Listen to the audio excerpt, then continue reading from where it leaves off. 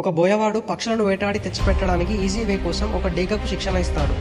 ఆ డేగ రోజు ఎగురుకుంటూ వెళ్ళి గాల్లోని కొన్ని పక్షులని అలాగే భూమి మీద నివసించే ఇతర జీవులని పట్టుకొని తెచ్చిపెట్టేది. వాడు పెట్టే చిన్న చిన్న ఆహార పదార్థాలకు అలవాటైన ఆ డేగ తన సహజ స్వభావాన్ని, స్వేచ్ఛని మర్చిపోయి వాడి చేతిలో కీలు బొమ్మగా ఆడేది.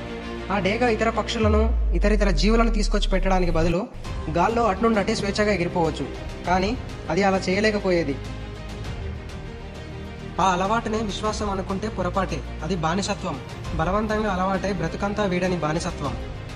ఈ కథ చెప్పడానికి కారణం ఏంటంటే, ఎలాగైతే ఒక పక్షికి ఆహారం ఎరగా అందించి దానికి బలవంతంగా శిక్షణ ఇచ్చి మనం చెప్పుకున్నట్టుగా దాన్ని ఒక బానిసగా వాడుకున్నాడో, ఇదే తరహాలో లిఖితపూరిత ఆధారాలు లేని కాలం నుండే మనుషులను కూడా బానిసలుగా మార్చి వారి కష్టాన్ని దోచుకునేవారు.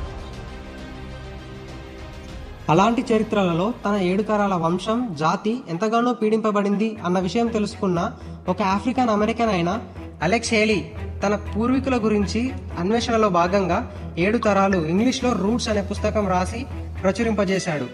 అది పబ్లిష్ అయ్యాక ప్రపంచమంతా పెను సంచలనం సృష్టించింది. ప్రపంచంలోని మేధావులంతా ఆ పుస్తకం గురించి ఎన్నో ప్రశంసలు కురిపించారు. ఈ మధ్యకాలంలో ఆ బుక్ గురించి, ఆ బానిస జీవితాల గురించి విన్న నాకు అసలు బానిసత్వం ఎలా స్టార్ట్ అయింది, అది మనుషులను ఎలా పీడించింది, ఎంతలా ఇంపాక్ట్ క్రియేట్ చేసింది, ఆ బానిసత్వం నుండి విముక్తి కోసం జరిగిన వ్యతిరేక ఉద్యమాలు, తిరుగుబాట్లు, తెగింపుల గురించి మీ అందరికీ గుర్తు చేయాలని ఈ వీడియో ద్వారా మీ ముందు పెట్టాలనుకున్నాను.